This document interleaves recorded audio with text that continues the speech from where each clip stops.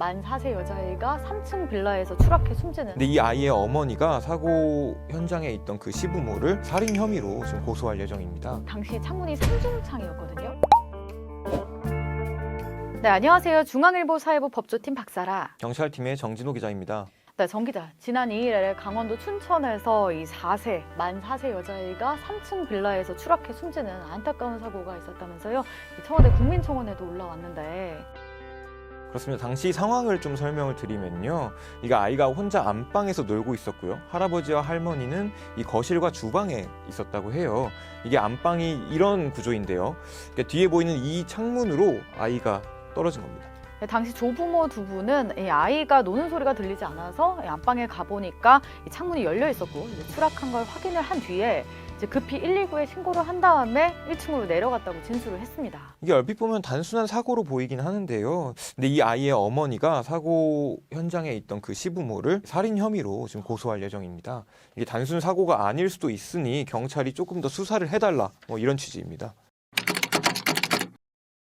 네, 엄마가 의심하는 부분은 이런 겁니다. 이 당시 창문이 3중창이었거든요. 그러니까 미닫이 문이 하나 더 있고 열면은 그 손잡이가 있는 창문이 하나 더 있고 그다음에 마지막으로 방충망까지 설치된 구조였는데 과연 아이가 이걸 혼자서 열 수 있느냐는 거죠. 그때 아이가 자폐 증상이 있어서 치료를 받아왔었는데 그때 당시 약 2세 수준의 발달 정도를 가지고 있었다고 해요. 이게 문고리를 돌려 문을 열기 어렵다.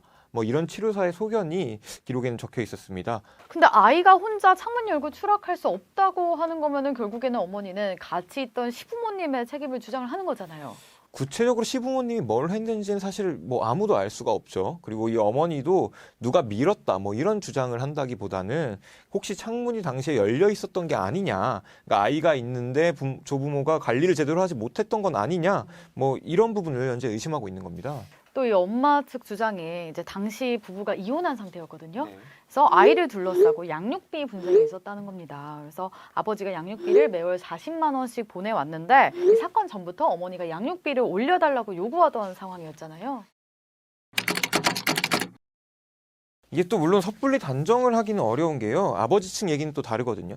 이게 처음 경찰 조사에서 경찰이 아기가 문을 열어서 떨어졌을 가능성이 있다, 이렇게 얘기를 했을 때 어머니 쪽도 이의를 제기하진 않았다, 이렇게 얘기하고 있습니다. 또 저희가 아버지와도 통화를 해보니까요. 그러니까 아버지 자신도 상당히 억울하다. 또 그 안방에 아이 말고는 아무도 없었기 때문에 이 추락 원인은 아무도 알 수 없는 거잖아요. 그래서 경찰 설명을 들을 수밖에 없는데 이렇게 국민청원이 올라오니까 또 어떻게 해야 되냐, 답답하다, 이런 입장입니다. 그리고 당시 현장에 있던 이 할머니가 아이를 발견하고는 맨발로 바깥까지 뛰쳐나가서 구조대가 올 때까지 기다렸다, 뭐 그러거든요. 그리고 또 조부모도 이 손녀딸을 잃은 입장은 마찬가지다. 그러니까 청원에 동의한 시민들도 이런 점을 좀 봐달라, 이렇게 당부했습니다. 네, 지금 이 사건을 춘천경찰서에서 수사를 하고 있는데 아무래도 관심이 커진 만큼 제기된 의혹에 대해서 경찰은 모두 철저히 짚어보겠다는 입장입니다.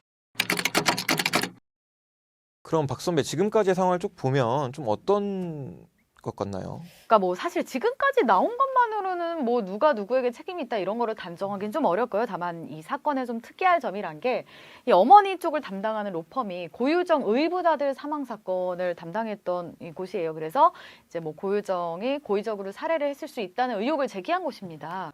그 사건 역시 사실 처음에 경찰이 단순 변사 사건으로 처리를 했다가 나중에 고유정 남편 살인 사건이 터지고 나서 이 로펌에서 의혹을 제기하고 수사를 더 해보니 좀 정황이 좀 수상하다, 이래서 검찰이 기소했던 뭐 그 사건이죠. 네, 그렇습니다. 물론 고유정 씨 사건과 단순 비교는 어렵지만요.